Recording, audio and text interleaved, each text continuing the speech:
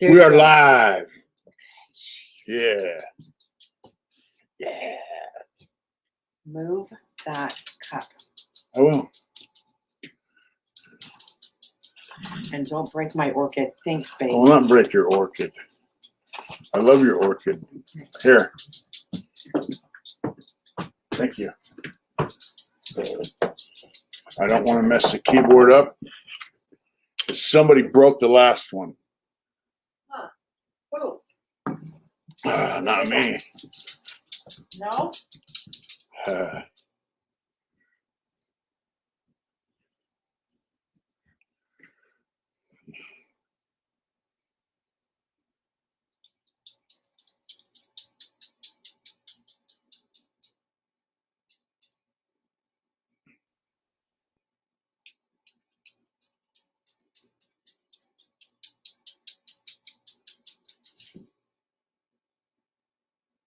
Will, what's going on, bro? Let go. Blessings to all. That's right, Will. We had to turn the pellet stove off because The wife's having hot flashes. because it's hot. All right, we got two people on tonight. We got Big Will on. Let's see. I'm going to post this so people know. Go see the Biker and the Businessman live on YouTube right now. Did you hear me? What? I posted it on our channel. Okay.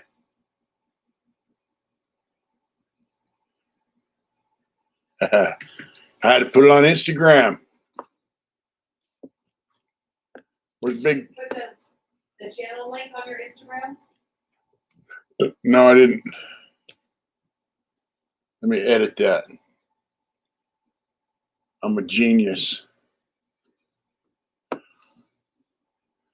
It was a pleasure, Will. You know that. I'm going to bring my friends over because, your friends are my friends are your friends because we're friends. Matter of fact, we're brothers. I love you, man. And that's how it should be. What's up, Mick? We got Big Mick in the house. He said, what's up, Smiley and Boss Lady? Boss Lady's over there. Yeah, she said, hi, she's doing some work. Let's see.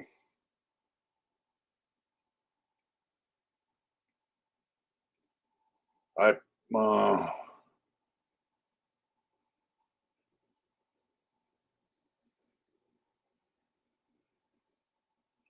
got to put this on Instagram.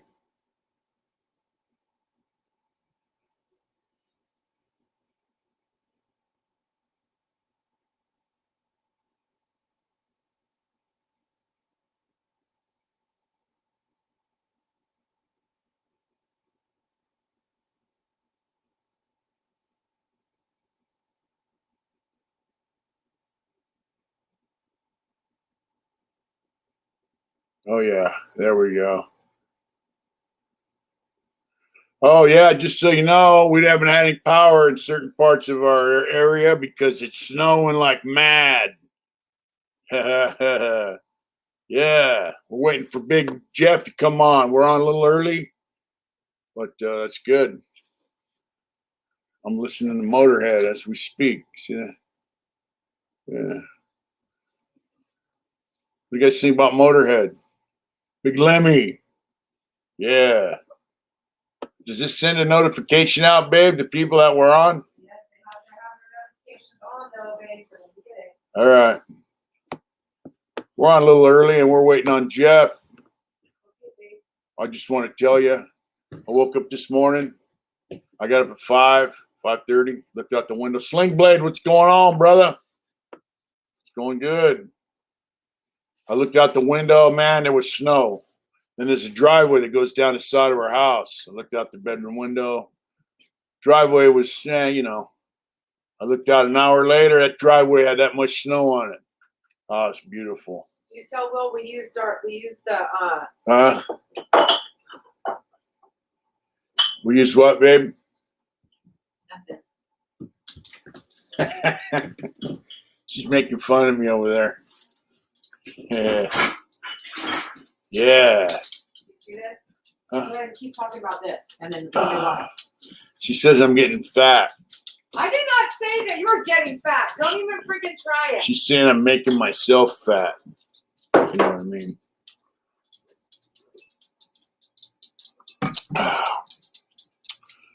Dennis M, what's up? What's going on, Big Dennis M? How you doing? All right. Thanks for tuning in, brother. Yeah, so I went I thought, well, you know, I got the day off because it's snowing. My boss said, hey, come in Tuesday, whatever, the cornhole factory. And I said, all right, I'll go do it. They're paying like extra money for DoorDash. Like, first it was $5 every delivery you get extra, and then it went down to $1.50. That's not bad. So I think I make a couple deliveries, you know, no big deal. So I get this one delivery, second delivery. The driveway's like this, man. So I pull up and stop, and that's that. That's all the Maximus goodies. That's right. So I thought, well, my car's not going to go up that driveway because it's icy, you know. It's pretty steep. It's like that, you know, whoop, like that. We do live in the mountains. And that's right, Mick. Yeah, you know, it's Where'd a this grub go? and a, you know, and a, Where's this at? what? Over by the gas station on Main Street. No, where's this at? What do you mean? Where's the rest of it? Right there. I ate half, you get half. Oh, I thought you ate it all. No. So anyway, I thought, well, I'm going to deliver this by, you know, I walk up the hill, deliver the Carl's Jr. I was pissed. There's A what? that place. Yeah, I like Carl's Jr. though. So I walk down the hill, right? And I get to the car. My fucking keys are missing. I'm like, you're fucking kidding me. I only got one key. By the way, I inherited a Dodge minivan 2006 from my mom. And it's got dents all over the place. But, you know, like my homeboy said, fuck it. It's a tool. It's not a, you know, show car. It's a tool. I use it to go to shows and whatnot. So anyway, keys missing. I got a monkey ball on the end of it, you know. And so I go over to Dodge. I get a new key. That How'd costs. you get to Dodge, babe? Your brother took me over there. Wow. So that cost $95 for the key. And they're Salty Rider, what's going on? Yeah, we still got power. Shit. But the power was out at Dodge. So they couldn't program the key. It turns out these new keys, you got to be at the car, has to be with the key to program the key. And that's, you know, and that's not a new car. So it's, you know, modern shit, you know. So anyway, I go, shit, you know. So I went to the local locksmith. He's got a little kiosk. He goes, yeah, I can do that. And he's like, now Dodge want to charge me $87 to program the key, but they can't do it because their computer's down because they're out of power. This guy had power because he's over by Rayleigh's big supermarket, you know. So he goes, yeah, I can do it. And he goes, where's the car? I go, over there, you know. And he goes, oh, that's going to be another $85. So I'm going to pay almost $300 to get a key, have a program, because it's like $80 to have a program, and $85 to go to the car, program it at the car. And yeah, the snow's falling deep, Salty Rider. Where the hell are you, bro? You must be close by. So anyway, I went back to the car. I start walking up the hill, following my footsteps, and I found my keys. I go, yeah. So I drove the car over. He programmed it right there on the spot, so it gave me back my $85. Hey, babe. Yeah, Do you have a little thing that I got you for your keys? it's on my motorcycle keys. Well, then maybe we should get another one. Yeah. All right, here we go. Jeff's in the house. What's up, buddy? Yeah. How you doing, bro? I'm doing good. How are you? I'm doing great, man. We got 11 people on. We got Right Hope, on. Dago, Sling Blade, Dennis, Will. We got my good friend Will. Salty Riders in the house. Yeah. Dennis, Sling Blade, everybody. Look at that. Yeah. We got Michael Russ. That's my homeboy Mick. That's right. What's up, Vic? He's a good Irishman. According I met a lot of them. What on? According to one of your subscribers, Yeah. Mr. White, Oh yeah. If you use terms like homeboy and Oh yeah. he thinks you're gonna go back to prison for using terms like Oh yeah. that. Mark McGregor's on. All right, brother. He said What's up, hi, Mark? me and Jeff. We did have a great Christmas. Absolutely. Hope you had a great one too, Mark. Salty Riders in Orange County. Stay down. That's the last place I was arrested. Yeah. So hey, Jeff. I just tell him about I lost my key today in the snow, and I had to go get another key, and then I found my old key, and it's all. So now I got a spare. Oh, at least you're always looking for the positive. Yeah. So hey, Jeff, I just thinking today, the crazy world we live in, right? What is it that makes a man a man? What is it that makes a man a man? Are you a man just because you're born with a penis? Well, just curious. I know some guys who have penises, but they also have tits, so I don't think that makes you a man. Yeah. That's for sure. Yeah. So what is it that makes a man a man? I mean, obviously, if you're born with a vagina, you can think you're a man, but you're not a man. And some guys are born with a penis, and they really don't act like men. So although I've seen some men with vaginas that were more man than some men with penises, but by definition, it certainly doesn't make you one. Yeah. I think it all comes down to the moral fabric and the way you live your life, integrity, honor, making sure that you don't forget who's the adult in the room. Things that we learn either by our parents or we learn by our life experiences. But one thing that's for sure is, just because you can whoop somebody or just because you have, a penis, that certainly doesn't make you a man. Yeah. I agree. There's some guys I've met some guys through my career out here in the world and in prison, my career in prison that, obviously we're on the yard of nothing but men, males. They definitely had no man in them. They definitely did not act like men. I see more backbiting, backstabbing, backbiting. When I say backbiting, gossiping behind your back, like guys pretend to be your friend, trying to get in your pocket. And then once they realize, they can't get in your pocket, they're over the next group of guys trying to get in with them and talking about you. Same guys that used to talk smack to you about, they're over there hanging out with, talking smack about you. Yeah. Well, one thing I learned for sure, Mitch, is that nobody who has more than you usually talks shit about you. It's usually somebody who has less, number one. Number two, the biggest critics are the people who are jealous of what you're doing or what you have, and for whatever reason they don't want to do it themselves. They gain some type of, I don't know, points within their own mind by talking shit. How many people, when you leave a yard, transfer away, next thing you know, one of your homeboys rolls up and says, "Oh man, that dude was talking shit after you left," but they weren't talking while you were there. Yeah.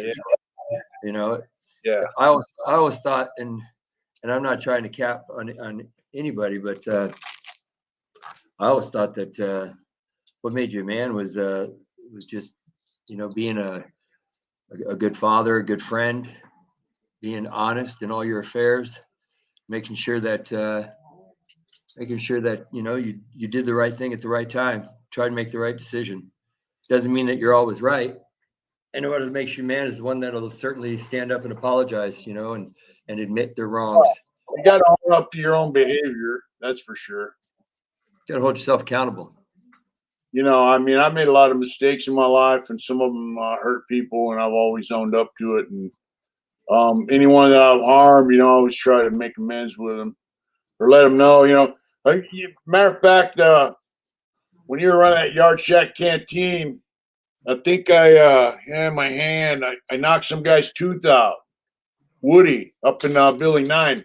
And hey, I remember that South Sider kid. I forgot his name. He bent over and he picked up that guy's tooth. He goes, "Man, I didn't know teeth were that big." You know? It was a fang. Yeah, and I went down there. Well, the whole tooth came out. Bam, uppercut, you know? And I went down to the canteen. I go, "Hey, Jeff, I cut my hand. You know, I cut my finger open on right there, you know, on his mouth." And so we concocted a story because, you know, anytime you get a wound in prison, you have to report it.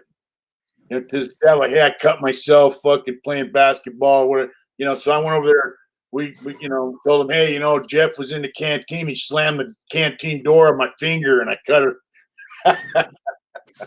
But you know, before that guy paroled, man, because I called him a punk and a lame, and you know, let's take him to the TV room. You know, he was kind of a chump, but you know, he probably might not even have been worthy of my apology. But I went up to him before he paroled the day before he left, and I said, "Hey, man, you know, I want to apologize to you for knocking your tooth out." You know, Yeah, you know, I was sincere about it. You know, at least he thought I was. You know, yeah.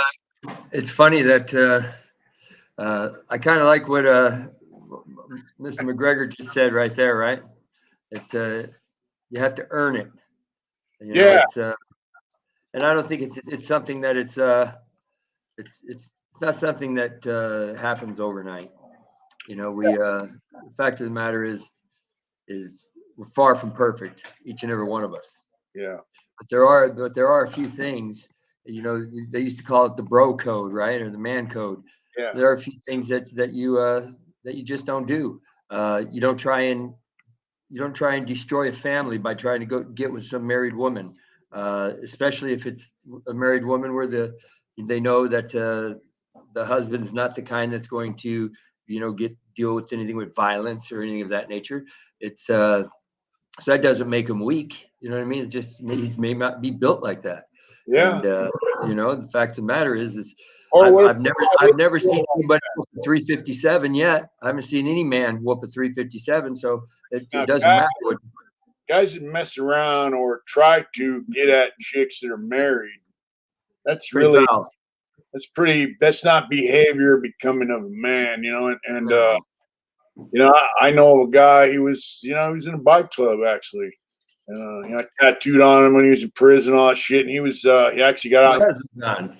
He was out messing around with some married chick, and the dude found out and said, "Hey, man, leave my fucking wife alone. That's my fucking wife." He's like, "Yeah, whatever," you know. And then later on, I guess, you know, a story I got, he went and knocked on the door, you know, "Hey, where's fucking stupid cream cheese," you know, and the guy stabbed him. You know, say, "I told you to leave my fucking wife alone," stabbed him and killed him.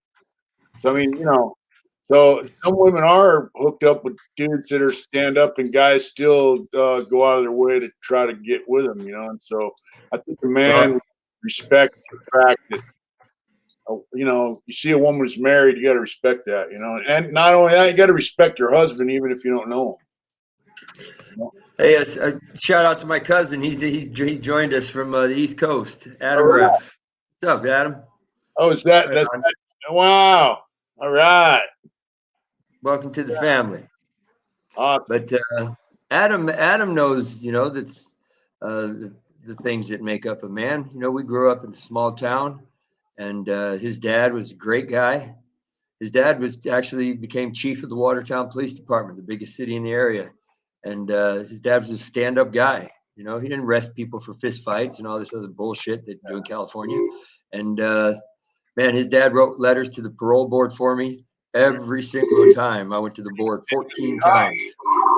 Yep. Chief of the police department.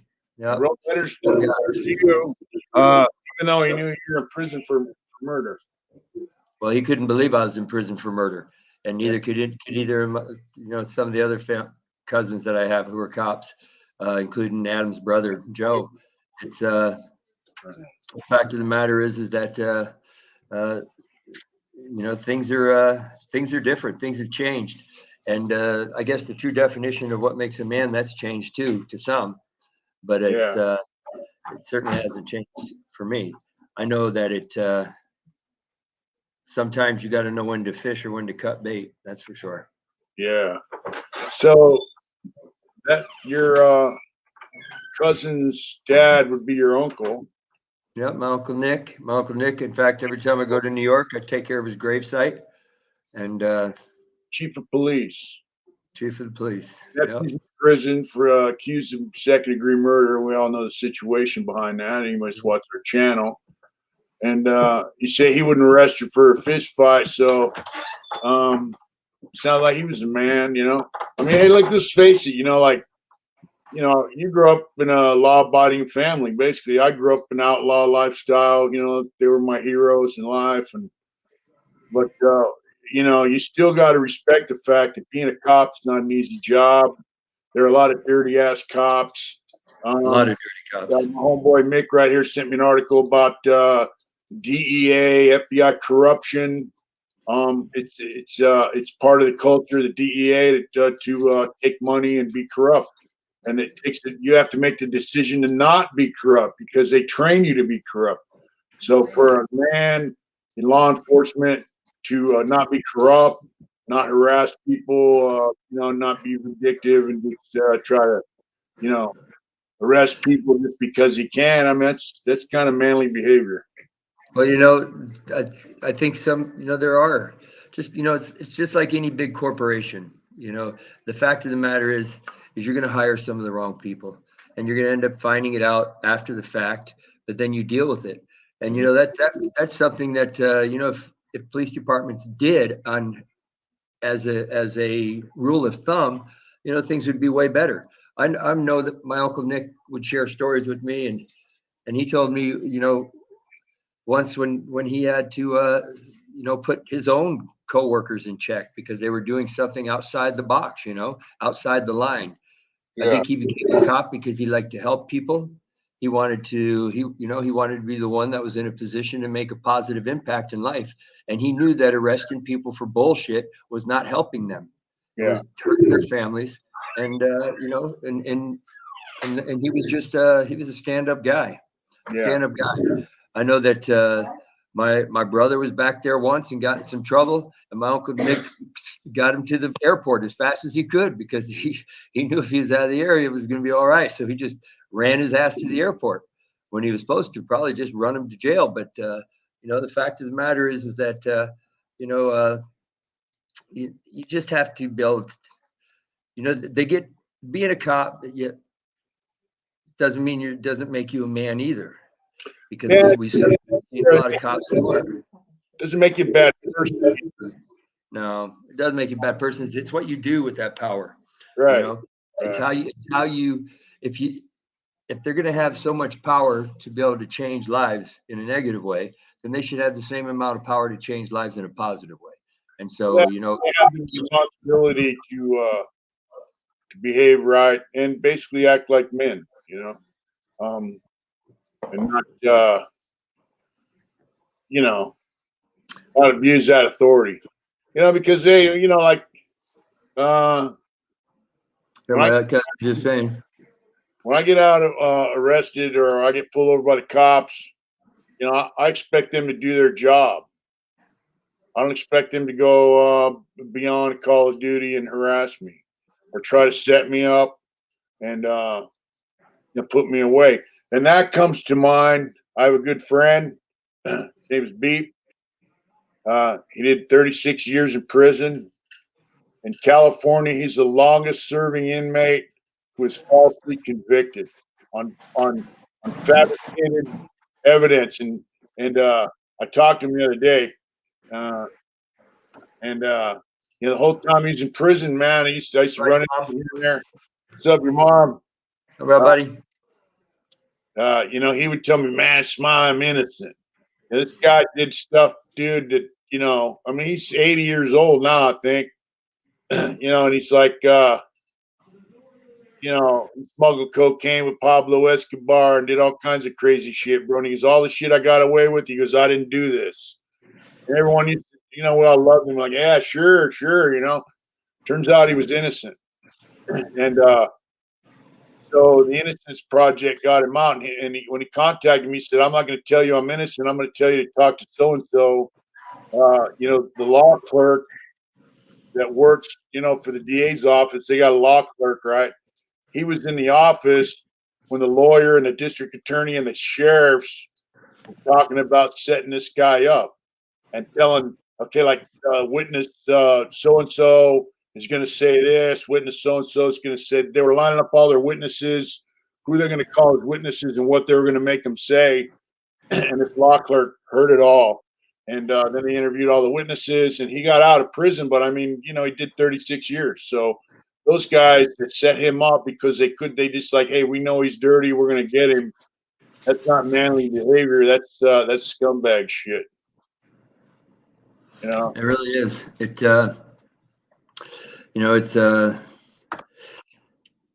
there's just some things that you just don't do. You don't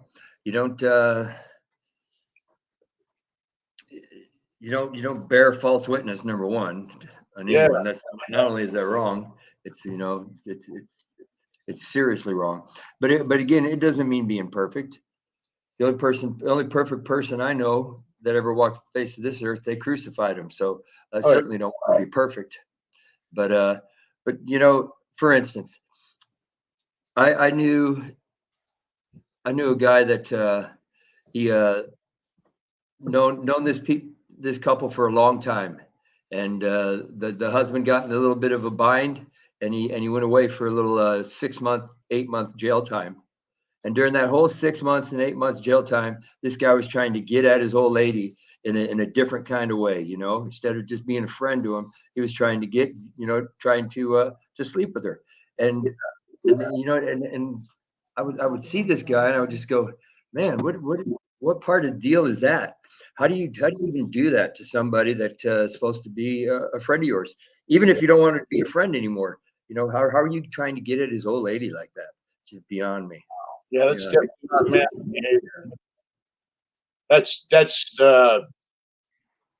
less than honorable behavior, and it's they say definition of integrity or being a man is doing the right thing when no one's looking. No one's looking. And so but you should have some beliefs. Our belief system is like the programming in your computer, right? So whatever you believe, when information goes across that belief through that filter, your belief system will either have you, move one way or move another way. So you have to be something that's just morally, screwed up inside of you. You think that you're helping somebody out by trying to do something like that. I'll tell you, the definition of a man though is, I remember when I was locked up, I had a cellie named Eric Thibodeau. Oh yeah. And Eric was a good dude, great guy. When he got out of prison, I don't know how many people left prison promising to do something for me, but I would have to say it was in the many thousands. And I can count on 2 or 3 fingers how many people actually did it. But Eric was one of them. And Eric didn't get out and try and get with my wife or try and get with my daughters. He got out and he knew that I remember I called him once and he told me, he said, "Hey, Jeff, hey, Haley's birthday's next week, right?" And I thought, wow, I said, "Wow, Eric, how'd you even remember that?" And he goes, "Because it was important to you. And so it's important to me as your friend." And he goes, "I want to go buy her some presents and send them to her for you."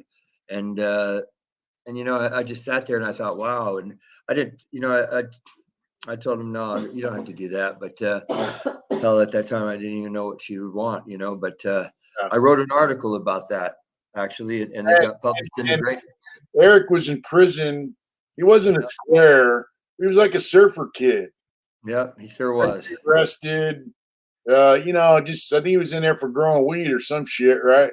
That was for it had to do with the cocaine at that time. Okay, but, then he got out and started growing a lot of weed.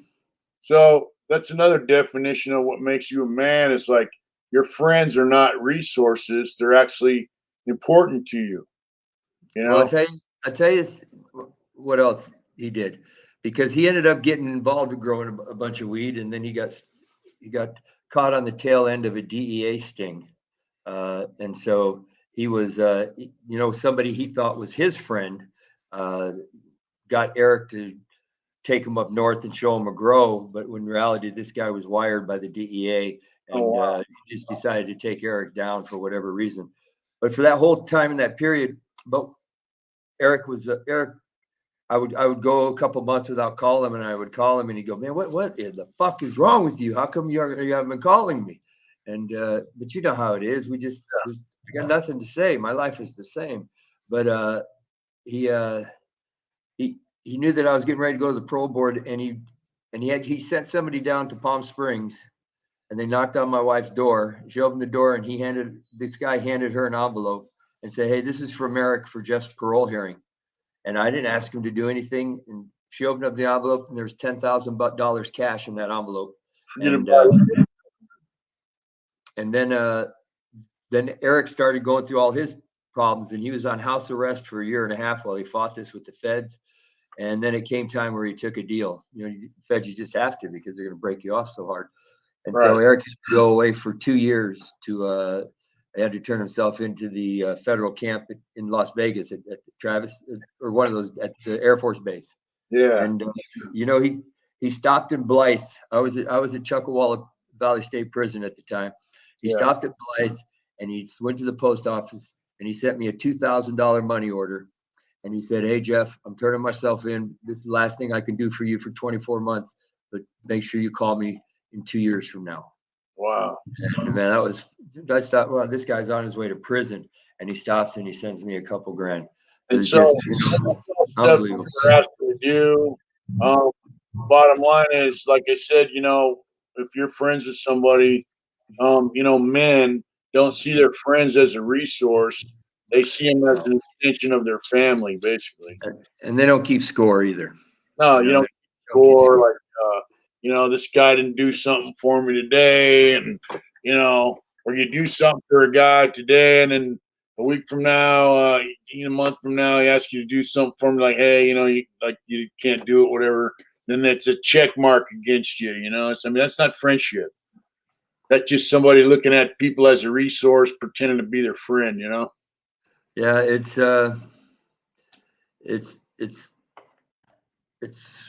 I know one thing.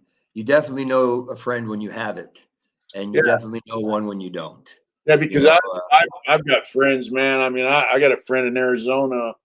The last time I saw him was 1987, and then I started writing to him again when he got out of prison.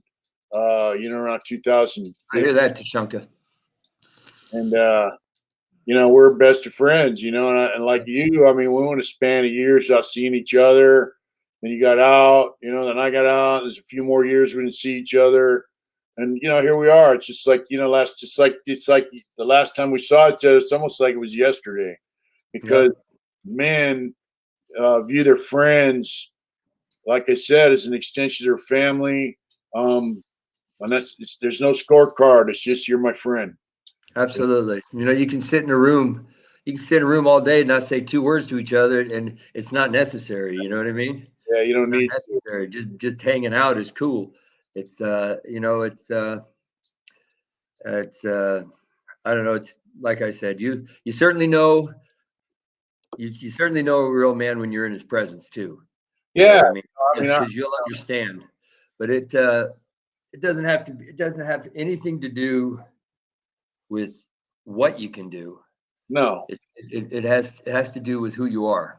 And it's not ego stroking. It's not, if you're doing some badass shit, and the guy's your friend, he's going to go, hey man, that's impressive. That's cool. And it's not like, it's not like you're out to impress me. It just, and it's not like I'm trying to, it's just like, hey, cool shit, and guys that are, the pretend friends, they'll see you doing well, and they're like, hey, I want to get in that back pocket, and if they can't, then they get upset and they start woo behind your back. And well, there's fair weather friends. Yeah, they're there when everything's going well. Yeah, your good friends. they like to see you succeed, you know. Yeah, exactly. Maybe they're congratulators. You know what I mean? Not I got haters. another channel here. Actually, he called me one day after we had a lot of discussions about different stuff, and he basically told me, you know, Mitch, you got a good life. Yeah, go home by now. Yeah, you know, and he said, I don't want to see you go back. I don't know why she doesn't want to go home. She can put it on herself now. I said, yeah, It's 2:15 on Friday now. so I can hear your wife in the background. Yeah, it's can you hear Michelle? She Yeah, just answered the phone. Yeah, I'll tell her. sure. She had to move. He said, you know, Yeah. he goes, I don't want to see you go back to prison.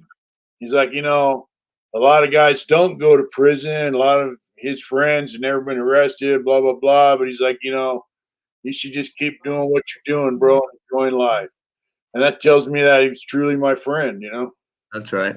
All right, Christopher. Christopher's in the Pocono Mountains right now. Man, it's got to be cold there today. Yeah. Man, I tell you, it's you know, it's just like Tashanka said. You know what I mean? It becomes a time where you know you become like nursemaids or old hands watching out for your bros and making sure that everything's okay and that they have what they need and that Yeah. they're doing what they don't need. Hey, there's Pot Rod from Desto. That's right. Funny stuff. It's yeah, and you know what Smoking for him just said, wounds from a sincere friend are better than many kisses from an enemy. Wow. Yeah. Isn't that the truth? You know, I got in a motorcycle wreck up here and I broke my arm, you know. And the True Value Hardware has a camera out, a security camera, and they call the highway patrol and they go, hey, we got a video of that accident. You want to see it? And that video cost me $308 because they said I was riding in the turn lane for more than 200 feet, which is the most common ticket given out in California, by the way. Wow. So Didn't know that. I was splitting lanes. I was going too fast on a, you know, and guy got to go in the turn lane. He didn't get all the way in. I had to swerve around him. I crashed, broke my arm. And, you know, so I was at work with this guy. He's about 19, 20 years old. And I really like him. He's a good youngster. You know, he might've been about 20. And, I said, yeah, them motherfuckers at True Value, man. They gave that fucking video to the cops. And he looks at me, real matter of fact, he goes, yeah, but it's your own fault. Wow. I go, yeah, and I walked away. You know, I went out back where I worked, and my first thought was that little son of a bitch. He's a little guy. He's a little guy, you know, and he's like $120 soaking wet, you know. Yeah. Working, you know, and I thought, yeah, you know, he was right, you know, and he's a young man, you know. When he turned 18, his dad told him, hey, get a job or get the fuck out. And he got a job. You know, he's a good dude, a really good dude and a good friend. His mom and dad are great people too. So, but when I thought about it afterwards, I thought, you know, that dude's a good motherfucker because he wasn't afraid to tell me what's up, you know. That's so funny. Hey, Chris was hanging out in a tree all day trying to shoot something. All he saw was snow. That's got to be a bummer.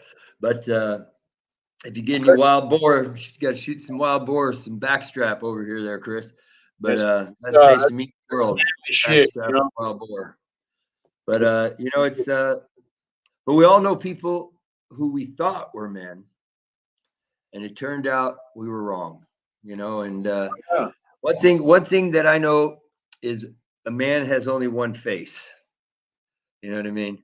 The guy that tell you one thing to your face and then tell you another thing behind your back, he's just a turd. You know, that's just the bottom line. And but what do? You can't whoop them all because you'd be busy all day just whooping people. You know, the reality is that you know, you have to hope that you know, that one day they learn from it. One day they realize the error of their ways. But you know, there's always a opportunity for for people to disappoint you, but there's also an opportunity for people to impress you. So Yeah. Let's see here. There we go. In this day and age, like Will said in the beginning, we're talking about real. We don't talk about real anymore. Hey, dog's going wild.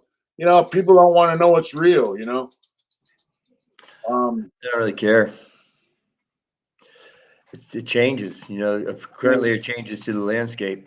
Reality for people, it's like people living in a like a fake reality, dude, and it's just like, like they think it's real. What people think is real now, to me, it's just like it's just insane. It's absurd. It's just crazy. Like I don't want to make fun of anybody because of the way they dress or how they wear their hair, but when I got out of prison, I seen dudes like, I thought, hey, is that guy a little fruity or what? And it's like it blew my mind. Hey, the man bun still throws me off a little bit, I'll tell you. Yeah. Although I don't know, you might look good in one. Yeah. It's there. Well, I would probably look like a samurai guy if I grew this shit Yeah, up. of course, a god.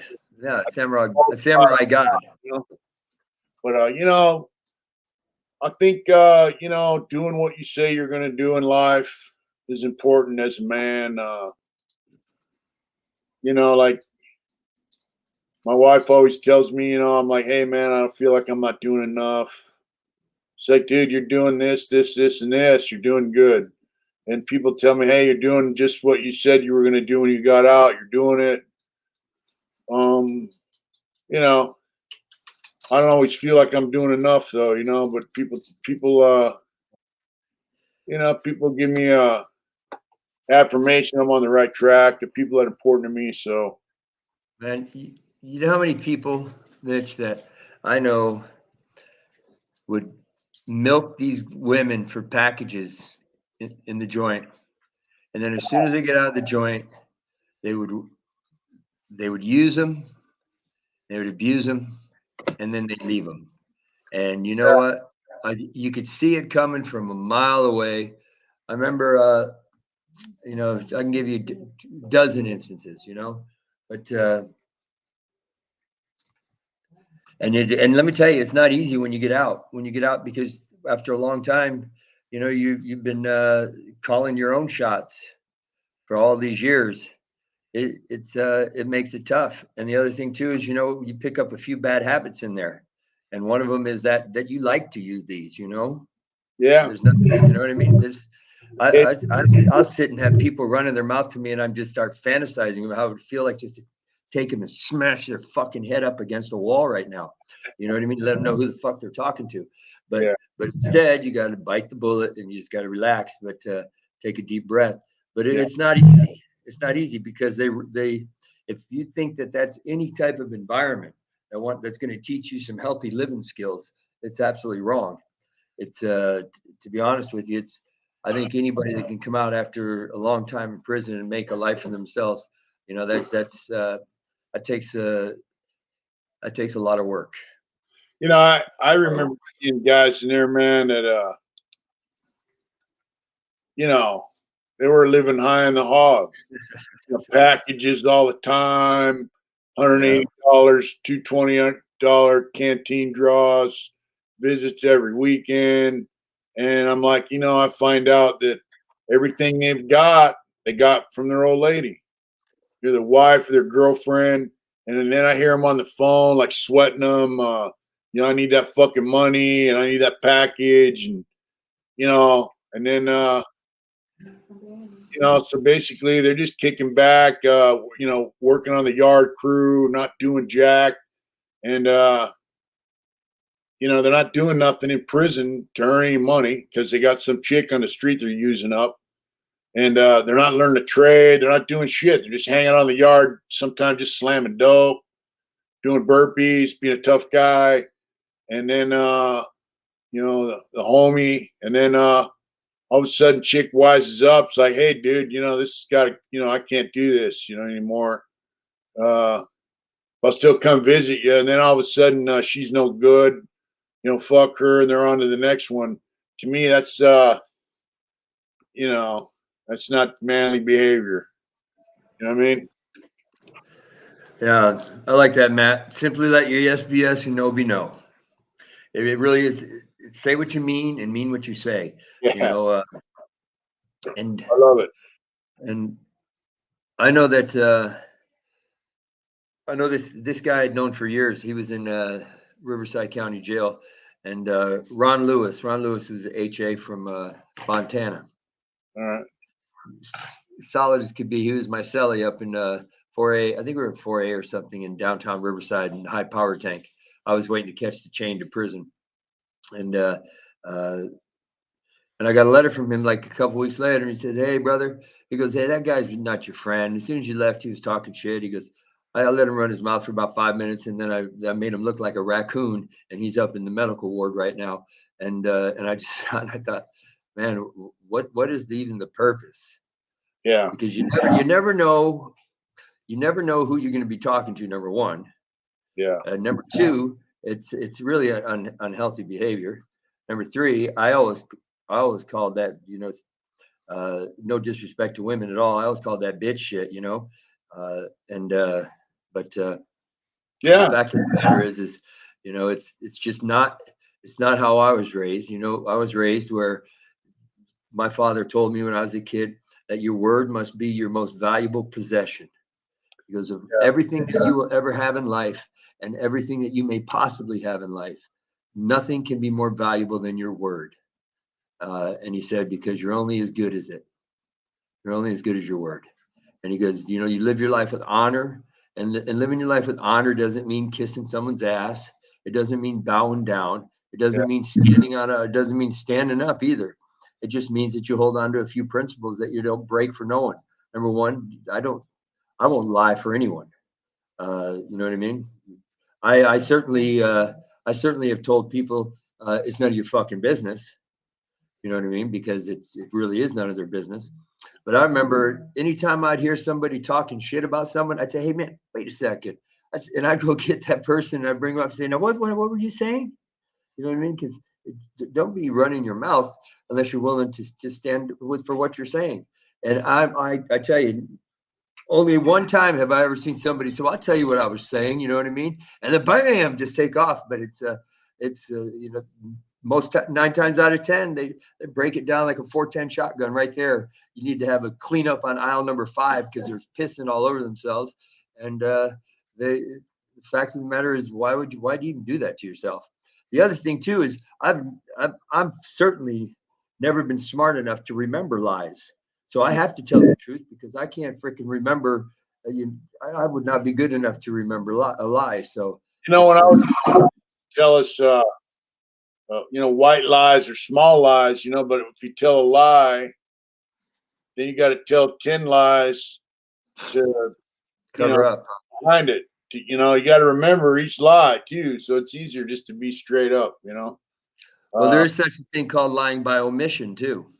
Yeah.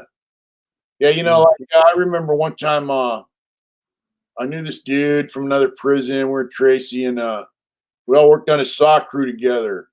And it was like 5 of us. One guy is Bob Beeler. He's a hitman. He passed away in prison. He was a hitman. He was in Korean War. He was Smiley. I'm a gambler, a hitman, and a pimp. And he was. He really was. And he was just a good dude, you know. He's rest in peace, Bob Beeler. You know, he's just a great dude. So anyway, me and him and another friend of mine from Modesto who's a biker, and then a little kind of a short guy from San Bernardino, beard, you know, he's in a bike club, just a great dude. Nicest guy you ever want to meet. And this guy kind of talked shit to him, you know, when I was around at work. And this guy worked the night shift, you know. And so this dude was my friend. I happen to not like that guy, you know, and anyways, I never really said nothing, you know, that I didn't like him, because if you're my friend, I'm not going to make you not like somebody. My friendship with you doesn't depend on whether or not you like somebody or not that I don't like. You know what I mean? Like, you don't have to hate somebody I hate just to be my friend. You know what I mean? So I never said nothing. But when he fat mouthed my little partner, I went out the yard, I told a couple guys, hey, that guy's a stinking rat motherfucker, no good son of a bitch. He's a fucking rat. Fuck that dude. And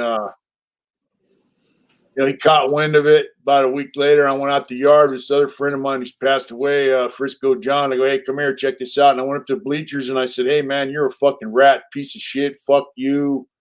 Fuck your mother. Fuck everything you are, whatever.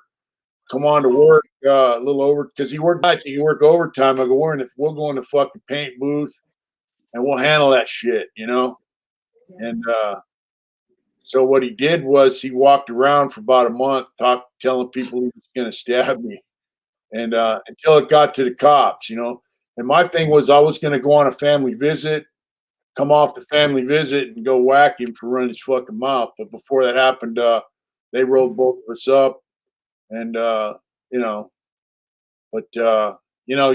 if you have a problem with somebody, you should approach them and let them know what your problem is, with them. Just be straight up. Or, there's another OG from San Diego. He's in a bike club, he's over in San Bernardino now, I think. And he was in the county jail and he used to have fight night in the county jail. And he would say, hey, Joey, come here. I heard you talking shit about Bobby over there. You said this, that, and the other about him. So then he'd call the other guy over and he'd make him fight. I think it was like Wednesday night fights or some shit, But every week, anyone he heard talking about somebody else, he'd make them fight. All the gossip and the scuttlebutt died out, That's funny. Yeah. I bet that put an end to that stuff real quick. Huh? All that bullshit, that bitch shit, that's not manly shit, So trying to convince other people that some guy's no good as a requirement to be your friend, make them dislike somebody that you dislike. To me, that's not manly shit, Yeah, that old saying, any enemy of yours is a friend of mine. So my enemy is a friend of mine. Yeah, but whatever. Yeah, if you're friends with them, you don't have to convince them that some guy's no good just because you don't like them. Very true. They'll come to that conclusion on their own.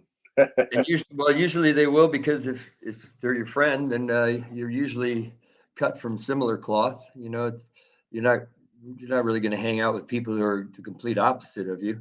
You probably have more things in common than not. So it's usually it's not really hard to uncover a piece of shit. They say after a few decades in prison, you can see the shore coming through muddy water. And I can I tell you, I'm real quick to identify somebody that I really don't want nothing to do with. And they don't even have to open their mouth.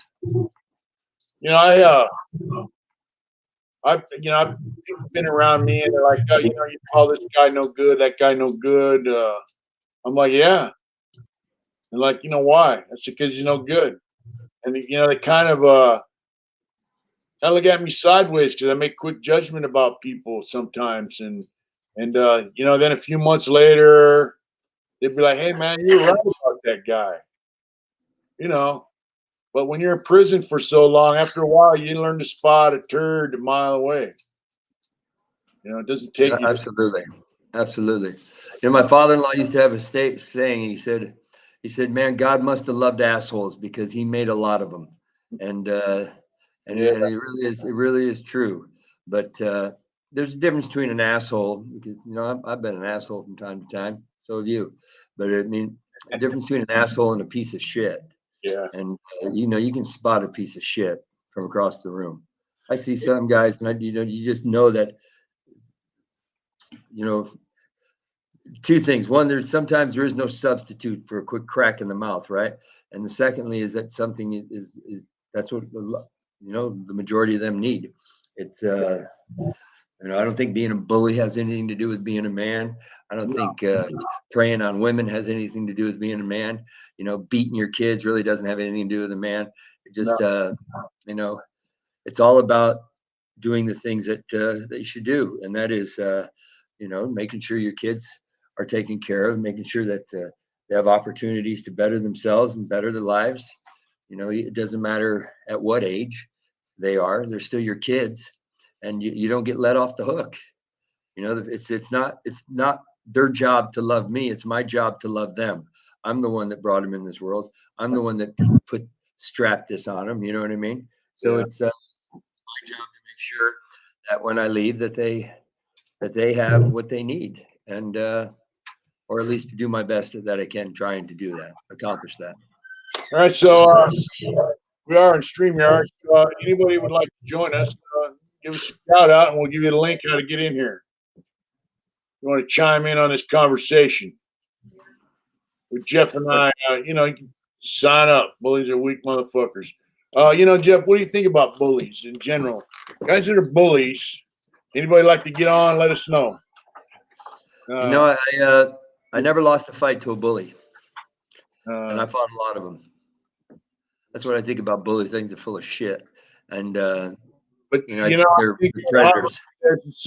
it's true. You know, bullies are weak motherfuckers. You know, hiding behind their own fear. And Absolutely. I seen. You know, I'll just put it right out there. Maybe not. You know, but there were guys on the yard there in that the West yard that we were on, that thought they were running shit, and they weren't. You know, and you know, they were hiding behind their own fears. I think bullies are weak motherfuckers that act like tough guys, and they bully weaker fucking people, man, because you know they think it's gonna make them look whatever. I don't know. I don't know why they do it, but I think most bullies on the inside are pretty weak dudes. Yeah. Well, you know the way I always was, buddy. If anybody ever wanted a shot at the title, all they do is had to come on up in that canteen. They could get the head up anytime they want, Yeah, and that's just, you know, doesn't mean that it doesn't make you a man. Didn't make me a man, but sure, you know, it's the bottom line is that you have to have boundaries, you know, and you have to enforce them. Sometimes you have to enforce those boundaries. you were at the canteen one time when Fat Guy was saying there was a guy. He was a dropout. He was on the yard. He got rolled up and he was in the hole prior to me coming there, and I forgot his name.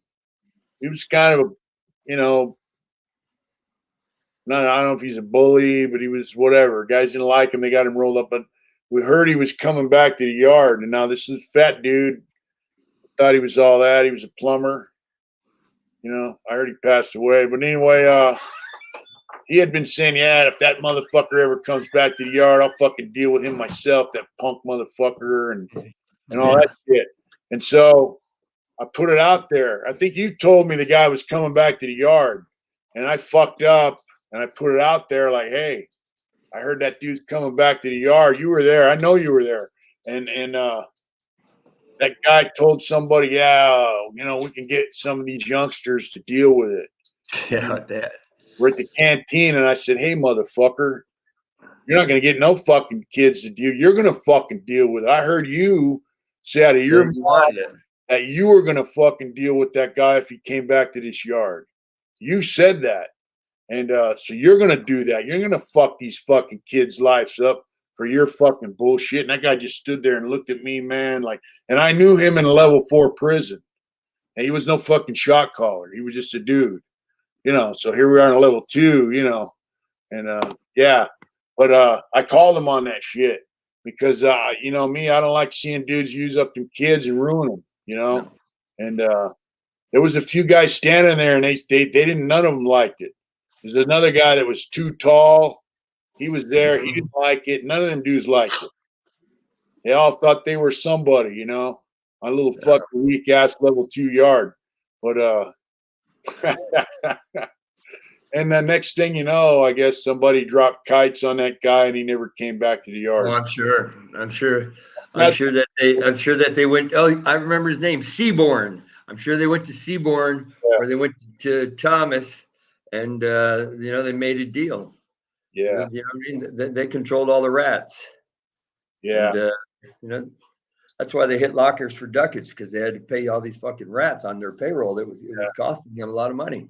Yeah. So, but yeah, it is interesting that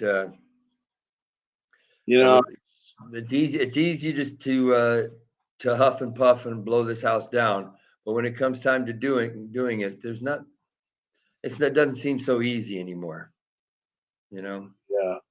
Doesn't seem so easy. I know that I know that there was far too many days that you go into the yard and thinking, man, I might die today, because you knew you were going out to have a riot with 300-400 Mexicans and 30 or 40 white boys.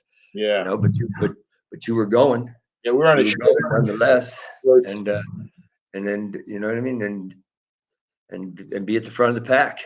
You have no choice. They have no choice, but it is what it is. I always had I always tell everybody, it takes being that life. It takes a little bit of luck too. Yeah, I mean, you're on a yard with 1,000 dudes, and 99% of them are, I'm speaking like for white dudes because I'm white. You pretty much you don't go outside your race as far as shit, but 99% of the dudes that you're living around that are your race are worthless motherfuckers. Bottom line, They are. they're all out to scam and get over and pretend that they're fucking all that and hope nobody shows people that they're really not all that. And but there were guys running around the yard dropping names, guys in Pelican Bay, like, yeah, I can get a hold of my homie so and so, and I'm like, man, fuck. What the fuck's he gonna do? I'm just like, fuck off, But I want to, you want to tell guys, hey, fuck you, But you got 99% of the dudes you're fucking living around, you have to tell fuck you to. They're gonna fucking, what really used to piss me off is I used to see good dudes towards the end. They did things called removals. They would send two guys to jump on a guy in front of the cops, and it lets the cops know, hey, we don't want that guy in the yard, and they would lock the dude up. So it would ruin the guy's career by removing him. And it was usually some fucking scumbag that was running the yard, getting a couple of young kids to go jump on some guy. They don't even know why. And it's usually because he told some guy thought he was a shot caller to fuck off, or he had some money or some game or some illegal activity he wouldn't kind of into. And there you go. That used to piss me off so bad. So you're living around all these dudes that are no good fucking people. You got to find that 1% that are stand-up guys, stand on their own 2 feet, make their own decisions. They're not out there fucking, they don't look at you as a resource. They're not out to get over on you. You can actually become friends with them. You got to find those guys, and it's not easy, I know that I remember once at Chuckawalla, there some dude in C8. I don't know what his issue was, but my homeboy came in from C8 and he said, "Hey Jeff, hey this dude over there in C8's trying to push a line, saying that he's the shot caller, and he said that when we get out of the shower, we got to get into our boots right then at the shower to get back to our bunk. We can't wear shower shoes." And I said, really? I said, go get him. Tell him I want to see him down here in C6. Yeah. And somebody came in and he said, he's out front. I said, okay. And my homeboy Billy Baker was there. I said, hey Billy, put your shower shoes on. And I walked out into the yard with my fucking shower shoes on. And I said, hey, you fucking lame. I said, you're not running shit on this yard. I said, you got something to say about shower shoes? I said, are these shower shoes going to prevent me from handing you your ass? And needless to say, there was no more issue with shower shoes on the yard. Yeah. But it's just all he was doing was trying to take advantage of weak people. Yeah. Manly shit. It ain't shit. No. Just another Uh, fucking. manly shit too means, you know, you got to figure out how to live. And once you get out of prison, you know, it doesn't hurt to be receptive to advice and guidance from people. I mean, that's what helps build you. Man, you have to be willing to accept criticism when it's constructive and it's done to help you, not hurt you. You know, that's the difference. And you have to be willing to be humble. You know, you have to put it in your back pocket, because in there, violence solves everything. Out here, it solves nothing. And I've got a problem with somebody, or if you're, you know, doing shit and somebody gets in your way and they don't take a hint, you smash them. They usually get out of your way. Yep. But out here, it's a little different out here. Yep. And you have to learn. You have to learn every day, you know, how to live again. You have to learn how to be normal again. Yeah. Because I'm not, I run into people that I knew 30, 35 years ago. And I know that they don't even recognize any part of me as far as actions, behavior, and talking and language. And I have to be mindful. You know, I have to be mindful of the fact that you know, it's like the paint theory I told you about. That, you know, you come out of prison, you got a little paint on you, and it takes a long time to get it off. It doesn't happen overnight because you didn't change overnight. Oh, what's going on? There we are. We're back. Yeah, it took years to get this fucked up. You know, it just didn't happen overnight. And so it takes years to learn how to live again, and how to be kind, and how to be gentle, and how to treat people with respect and dignity. That part I always get right, you know. And that's one thing that's pretty amazing. If you live your life with honor and integrity and respect, then you know that if you're in an argument or if there's something happening, at least you know you can bet your ass it wasn't because of something I did or I said. It was about me taking offense to something that they did or they said, because I don't disrespect people. I don't come out from left field. I always deal straight up with honesty and integrity. And if there's an issue where something happens, you can place your money on the fact that it had nothing to do with what came out of my mouth.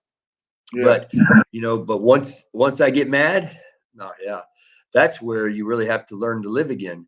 Because we condition ourselves to go from 0 to 100 right now. You know what I mean? There's no warm up period. 0 to 0. Second. Yeah. And immediately, and you know what I mean? My first instinct is to fire on them, and then I have to catch myself. You know, and it's just not a healthy way to live. Hell, I'm almost 60 years old, and probably nobody wants to get in a fist fight better than me, and that's just not healthy. Yeah. Huh? I am 60. I know. Well, that's why I look young and you look old. But but the fact of the matter is that at 58, I should. The last thing that should come into my mind when I'm having a conversation is just smashing somebody, and so that can't be healthy. So I've been working on that for sure. I remember one time I was in the kitchen. Right, left lane. Yeah, that's right, left lane outlaw. I was in the kitchen on 2 Yard. They were remodeling it. And Lola and I went in there, you know, and there was a guy, you know, I was doing some illegal shit, and this guy was in my business. I had a pipe wrench in my hand, a big one. And I got in this dude's face, and I was, you know, it's like, you know, I had the pipe wrench up, you know, and I said, dude, keep your nose out of my business. I just came from Tracy, you know, and things are a little different there, you know. And Sure. I said, keep your nose out of my business, or I'm going to crush your fucking head. And guy was scared to death. And, you know, I was like, yeah, you know, on a couple minutes worth. But, you know, I turned around and Lola was standing there. Big eyes, huh? She goes, no. She goes, hey, you got to be careful what you say, man. And, you know, these people might see you. I looked at her and she goes, oh, not me. Where's it? You know, what about his boss? I go, he's not around. She goes, oh, okay. But, you know, that's how I dealt with shit in there. Yeah. Now, if somebody's out of line, you check them. My thing was, I would threaten dudes, and then if they wanted to go there, then then you follow up, and 9 times out of 10, they don't want to go there. You remember Ronnie Sloop at 666 tattooed above his eye? Yeah. Donovan? He was a big old bully. Whitey. Whitey was a bully. Yeah. Whitey was a bully. And it's He never bullied me though. No. I mean, he would just scare these kids, you know what I mean? But he was no punk either. Believe that. Yeah. If it's I heard a story about him. I heard he got out and apologized to some dude that he had caused great harm to, and the guy killed him. I don't know. I know that we were playing poker once, and he said something that was foul, and I said, I'll be back to get you. I'm going to go put my TV and shit away. And then, that's but in other words, I was going to set the table for him. And when I came back, I said, come on, let's take it up to the house. You talk to me that way. And it's, he got a little, it doesn't matter if you win. The only thing matters is that you're willing to go there. Yeah. I had plenty of times. It had nothing to do with that, but it's certainly, you have to, it's those boundaries, and you have to enforce them. And because if if the minute you let somebody step over that, somebody else is going to try and push, and somebody else is going to try and push. So you just put an end to all that right out the hat, And so same out here. Do you think it's the same out here? Well, I don't think it's. Prison guys will run over you in a heartbeat, and once you let one guy run over you, the whole yard will run over you. Yeah. Think it's the same out here in the world? I think it's so common out here in the world, that it's people taking advantage of people. That I think what's uncommon is our response to it. Because if our response was common, it wouldn't happen as often.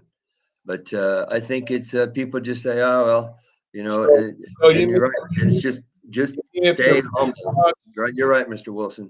If the response that we had in prison was a common response on the street, you think it'd happen less? Oh, absolutely. Yep, absolutely. Because I've seen people killed for their words that come out of their mouth. Yeah. And, I've seen people killed for sex playing someone. I've seen people killed, for just saying something stupid. Yeah. Out here, fortunately, you have a little bit of leeway. You have stupidity usually doesn't kill people, or there'd be a lot of funerals. But the fact of the matter is that I think if it were, I think if everybody carried a gun, there'd be less gun violence too. So, Arizona's proof of that. Yeah. But respect is a manly thing. That's what kind of makes you man too. Is you have to respect people, and like you were saying, like being humble, and like it doesn't matter if somebody is weaker or less able to stand up for themselves. Like I'm more apt to give more respect to a weaker person or somebody who might be a little unsure about their character. I'm more apt to give them more respect than somebody who's more self-assured, and you know what I mean. All that a can of corn, huh? Yeah, I mean, somebody who's, not really like, just a guy who's good with himself, I'm going to give them respect too. But the guy who's a little less confident and a little less sure about their abilities or whatever, I'm going to give them a little more respect and a little more encouragement. And like, hey, because why not? Right. Nope. Right. I agree. There's, I agree there. I think it's important that, you look out for people, whenever you can. Yeah. I mean, and, sometimes it's not the easiest thing to do. Yeah. But it's always the right thing to do. So. Yeah. you see guys, bullying people, or you see guys like making fun of people, or playing on a weaker fucking guy. I just don't think that's manly shit. I think it's manly shit is stepping up and saying, "Hey, this guy needs a little bit more than the last guy." Give him a little bit more respect and a little bit more encouragement, and then make their day. I ran into somebody the other day, Chris. Hats off to you, brother. I was in Big Lots the other day at High Dollar Store, and I heard some guy go, "Hard intentions," and I look. There's this dude, and he had the yellow safety sweater on, and I'm like, "What's up?" And man, I watch your channel. I've been watching your channel for a couple of years. Wow. I'm like, wow. And the wife went around shopping, and I talked to the guy for about 15, 20 minutes, and asked him about himself, and he told me about his what he's got going on for work and his family and work. It turned out he's a pretty cool guy, and I didn't blow him off, because he's supporting us by watching our channel, number one, and number two, he was a cool dude, But I mean, he's not an outlaw, he's not a criminal, he's not a thug, he's just a cool guy. And so I mean, that's now if you're disrespectful to people, they're gonna be like, fuck that guy. I told you one time I was in prison in Lancaster, and shit was gonna jump off with the blacks over something. It didn't, but it was about to. So they had a mandatory yard for the whites, and we were outnumbered like 20-1. And my cellie was a dude. He's like 5'7", Christian, all that. And he goes, well, he goes, I'm a Christian, but I got to go out to the yard. I go, yeah, you got to go out there. And we're out there. He says, what do I do? And this guy, Rick, goes, you just stand by me. Wherever I go, you just stand next to me and go wherever I go. He goes, all right. And he did. And, man, this kid was a little, I mean, people look at this guy as a little nobody, but he knew what he had to do the right thing because of where he was, even though it might have gone against his religious beliefs, but he did it. And to me, that's manly shit. And a lot of guys look at this guy and go, fuck that lame, But to me, they're lame because he was a good dude, and he stood up and did what he had to do, and manly shit, I tell you, it's like what Mark just said, the weaker man you might gravitate towards will have your back for good. Yeah. The reality is that never judge a book by its cover. Yeah. There are better things that can be brought to the table other than just strength. Well, there's different kinds of strength. There's all kinds, absolutely. And like I said in the beginning, I haven't seen a man whoop a 357 yet, and there's not any man on this can pull the trigger. So it's the fact of the matter is that that's where just being humble, trying to be humble comes from. Man, I used to I grew up in a family of fighters. My father and his brothers were known all across New York State. And my cousins were all Golden Glove boxers, and my brother won the gold medal in full contact karate when he was 17 or 18 years old. And so fighting has always been in something that we just do. But fighting somebody weaker than you, that's a coward's game. Yeah. If you're posting up on somebody and you think and you have no doubt in your mind you can whoop them, then what is there to gain? Yeah. That's not sport. That's just being a bully. But if somebody thinks that they can whip you, and there's a chance that hey, maybe they might get me. Well, then let the contest begin. But but whooping on someone, it's kind of like the guy that likes to whoop on a woman. Yeah. It's just I was checking out TikTok the other day. I don't know why the fuck I was doing it, but I saw TikTok, and I've been trolling my granddaughter to find out what the fuck she's up to. But the fact is that I saw there was this TikTok. All right, Jerry, about this girl. She was all beat up, and then the guy that beat her up's on the phone saying, "Next time I'll kill you." And I saw all these people chiming in saying, "Now you have my attention," you know. And I sent a little post too. I said, "You know what? I'd be more than happy to assist you if necessary." You know, it's you just see guys like that need to be dealt with. Yeah. And the criminal justice system's not going to deal with them. Yeah. So guys like that, you know, maybe they need to have a conversation with the biker and the businessman. Who Well, knows? But the fact of the matter is that beating up women and then threatening to kill them, there's nothing about being a man involved in that whole situation. Hey, you see that one football player? His old lady set up cameras in the house. Obviously, she'd been beaten up before, and they tossed her all around the room, threw her into a TV, and just beat the shit out of her. And, you know, and then he went on the run. You know, she got on film, called the cops, whatever. I'm sure his football career is over. And, you know, the guy just, you know, an aggressive, you know, bully, you know. And there's other ways of bullying people besides physical contact. Some people bully people verbally and emotionally and mentally, you know. So, you know, that's, it's not cool shit, manly shit, you know. But you know what? You know, guys. You know, I know of guys that kind of lock their old ladies into mental, like a mental prison. You know, where they feel like they can't go anywhere. They can't escape. You know, they're locked into a certain. Then they emotionally and mentally beat them down and you know, just use them up. You know what I mean? So I mean, that's punk shit to me. They just lay around, sponge off them, you know. Yeah, I guess nobody wanted to jump on with this, huh?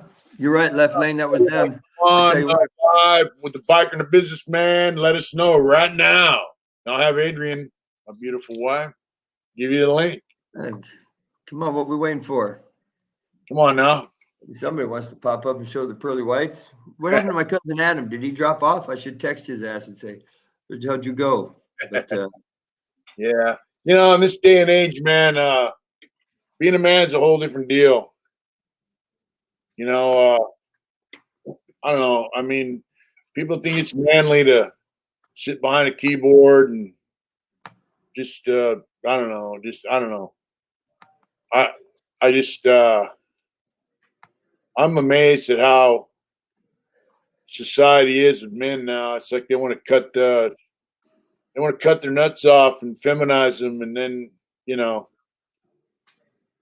for control. I think it's a control thing. You know, you look at kids from World War II, man. You had guys that were 16, 17 years old, lying about their age, so they could get in the war and defend their country. Now, kids that are 16, 17 years old, they get their feelings hurt by words. And they want you arrested because you hurt somebody's feelings. I mean, you know, that's a difference in society. You know, it just blows my mind. So, you know, the definition of what's manly and what's not nowadays, I guess they're dinosaurs, bro. You know? Yeah, it's I get it. And I know what you mean there, Mr. McGregor. Been there, done that. What's up, Mac? What's up, Wes? Yeah, you know, so I mean, the definition of what's Right, Wes? Being manly and being, you know, all that. Now, to me, it's different. I don't understand it. You know, it's like, you know, I'm going to tattoo my face and my neck and wear a man bun and skinny jeans, and you know, I think society's headed down a bad road, bro. You know. But when we come on our channel, I get a little hope, you know, and I see some of the comments and people that come on our channel, you know. I tell you what, it's interesting, but it also, you know, there's got to be you just got to take the out too. You know, if someone's driving you crazy enough to where you'd want to react and respond like that, you just got to remove yourself. You got to Oh just take, yeah. you just got to get on down the road. You know, it's whether it be a woman or man or whatever. If somebody's making it to where you want to do something evil, then just fucking pick up and go. You know, it's just Yeah. crazy. And yeah, just like Hot Rod said, I tell you, I work as I travel all over the country as a business consultant, and the biggest issue facing, you know, trade right now is that there are no workers. The only people that want to work are undocumented Hispanics, and Yeah. they're actually the hardest workers in this country. But believe that. They But- will get out and do it. But white boys don't want to be a glazier right now. They're not doing machine shop. They took away everything out of schools. And the one thing that we're actually becoming a part of is we've been working with some local high schools in some key areas to get together all of the carpenter union and to get together the plumbing union. And they are going in and setting up trade shops in schools so that they can get people interested at a young age to that trade so that they have somebody to recruit. Because they have an aging workforce in America as far as trades are concerned. You call anybody, air conditioning repair, plumbing, heating, and you're usually going to get a guy in his 50s or 60s that's going to show up to your door because there's nobody going into those trades anymore. And that is a definite need. Truck drivers, they got a shortage of 30,000 long haul truckers right now. Yeah, plumbers, machinists, electricians, carpenters, Electricians. Yeah, the kids don't want to work. They want to sit in front of the TV and play video games, or they just have a sense of entitlement. And so, you know, I was just thinking, you know, the type of guys that they're feminizing. I agree, Mac. A lot of the jobs are, and you look at during this COVID thing, you know, a lot of stuff has become, a lot of people are working from home on their computers. A lot of people are ordering food over the computer. I do DoorDash. You know, people are ordering food, having it delivered to their house.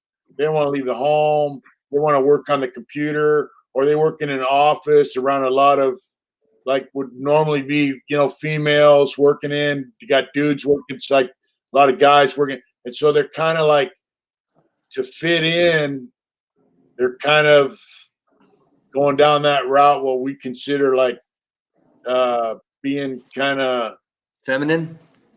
sissified, you know, to fit in. It's like that's the kind of way society's going. You know, it's weird, man. Just like Max says right here, it's where I grew up and went to school, I was in a small farm town, dairy farm community, and you had to fight every day after school, every day. But you never had somebody pulling a knife or a gun or a screwdriver. All they had was this, and they'd be friends the next day, you know. But it's crazy. Yeah. Crazy. Yeah, a lot of the guys up here that are cutting trees are from Mexico. You know, we live in the forest. You got to get PG&E's hired Mountain Enterprise to come thin out the forest around the power lines, and they're all, you know, I would say probably 80% of the crews are all Mexican, and they're busting their ass to protect our community and provide for their families. You know, I think that you know, they say, what do they say? Weak men make tough times. Tough times make tough men. Tough men make good times. Good times make weak men.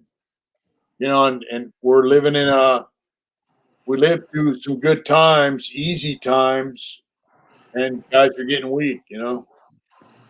Yeah, it's you see, and I don't understand it because I'd rather work with my hands than work with my mind because, you know, I really don't like business as much as I like, you know, Yeah. hanging some sheetrock or building a house or doing some masonry work. I enjoy working with my hands. So the only reason I don't is because it doesn't pay. You know, it doesn't pay it doesn't pay the bills. That's backwards. So I understand it.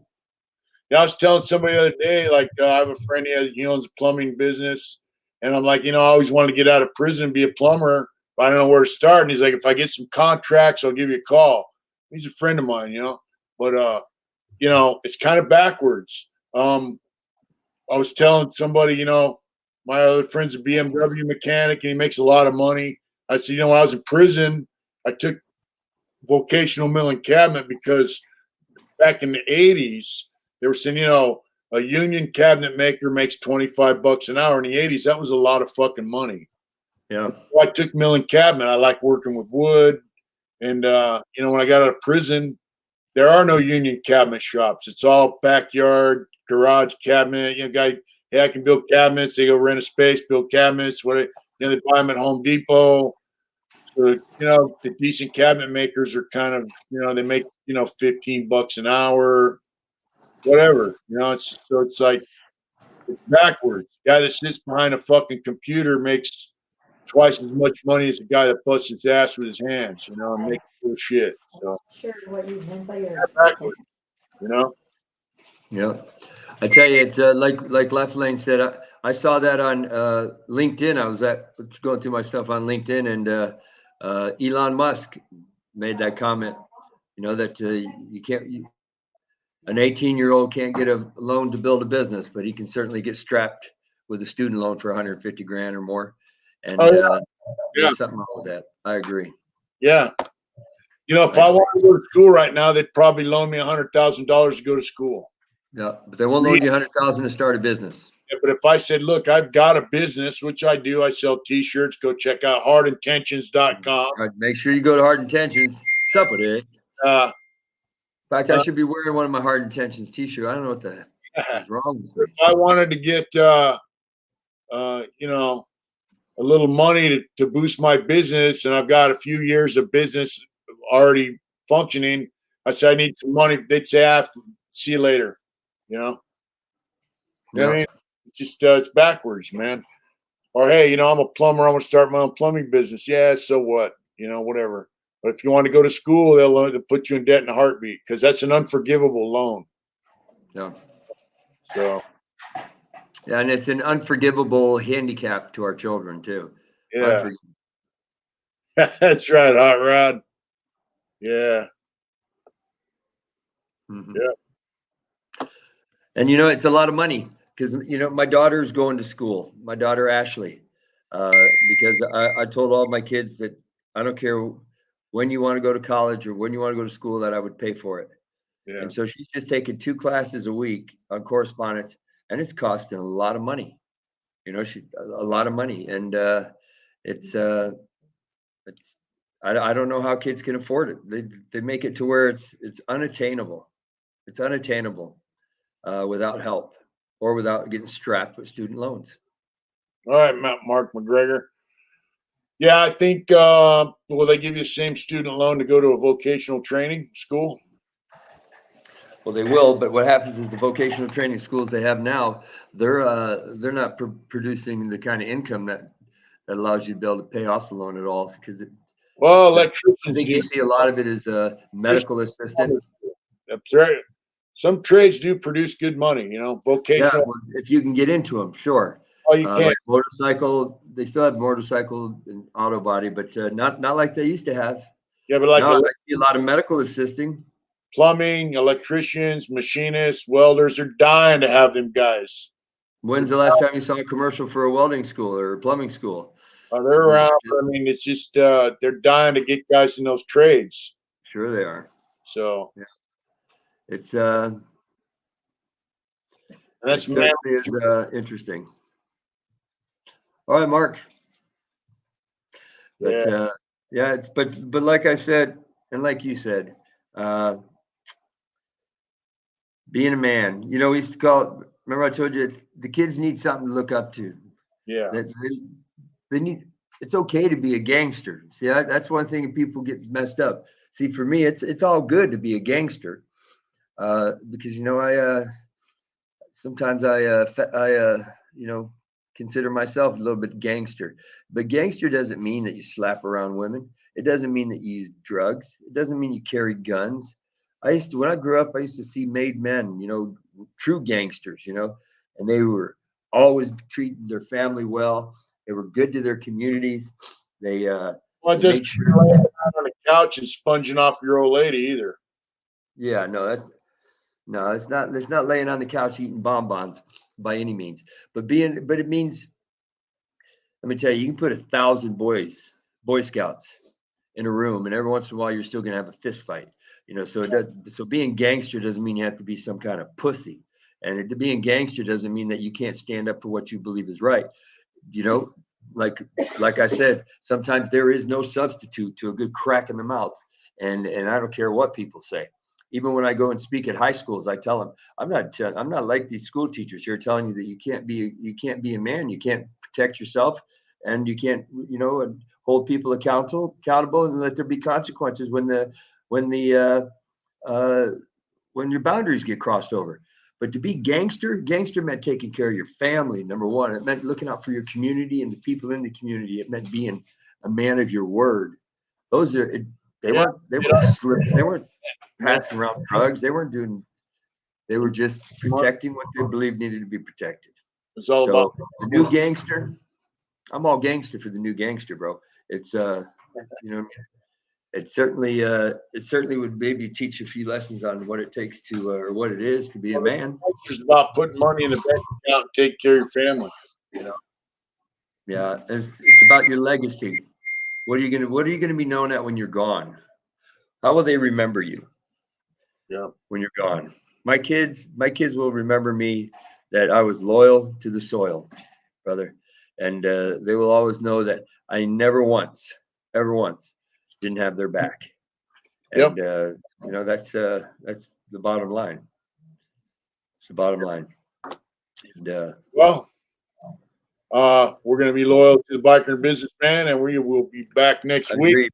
For a little over an hour and a half, so we're going to